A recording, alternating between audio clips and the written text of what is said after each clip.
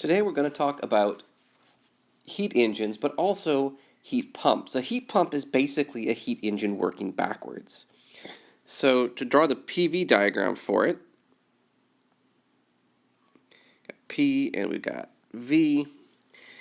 For a heat engine, we would expand isothermally and do work.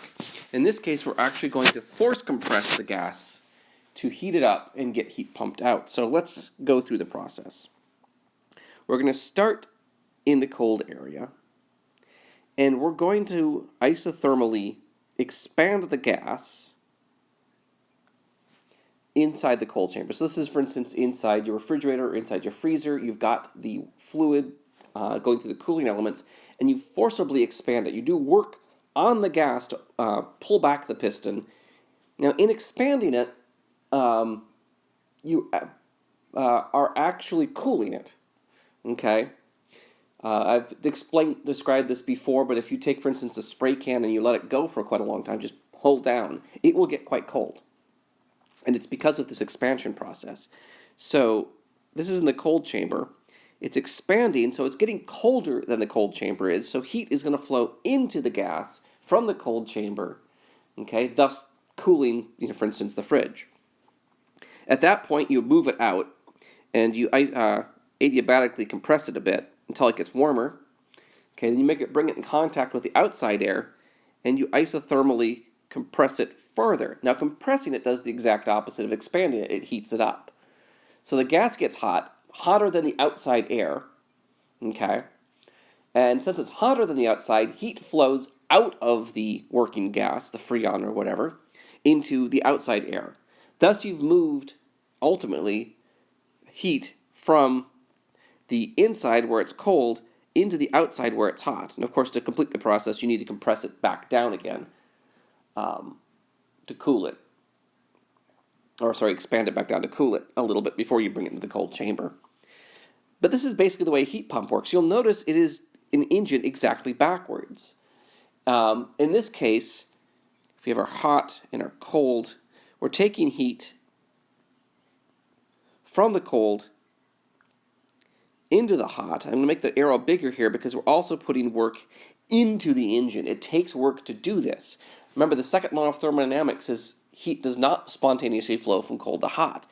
But if we're willing to put in some of our own work, plug it into the wall and get some electricity, for example, we can actually do this. Now, in this case, we don't talk about efficiency. There is an equivalent to efficiency, however. It's called the coefficient of performance. The coefficient of performance is usually going to be bigger than 1. It actually is defined two different ways, depending on whether you're actually talking about a true heat pump or if you're talking about a refrigerator. If we're talking about a cooling device, it's going to be Q cold, the amount of heat we've pulled out of the cold chamber. Okay? This is what we're trying to accomplish, so this is the important thing, over the work it took to do it. Okay? So a certain amount of work is always going to be required to pump heat out. Now, in general, this quantity will actually be bigger than 1.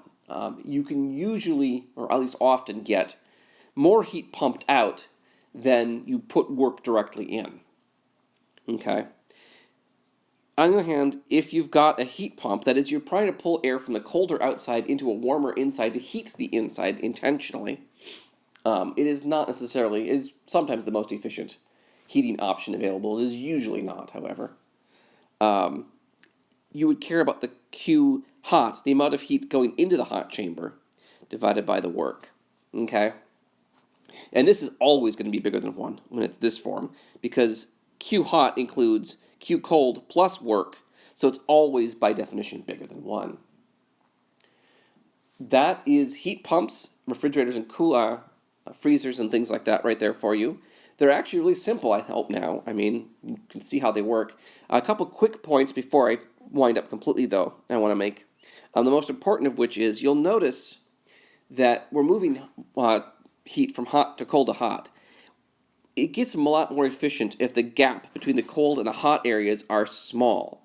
If they're big, you're going to have to do a lot of work to move this heat. You're going to have to get the hot elements really hot, for instance, on a really hot summer day to get the heat moving out. And if you're trying to cool the freezer, for instance, you have to get the cold really cold. So this does get less and less efficient in some sense.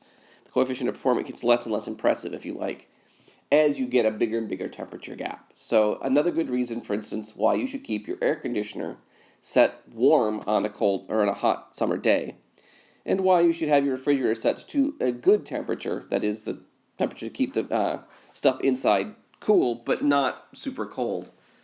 If you want to have a super cold freezer, for example, it's better to have a separate freezer you almost never open that just holds the temperature constant. All right, I will see everybody on Wednesday.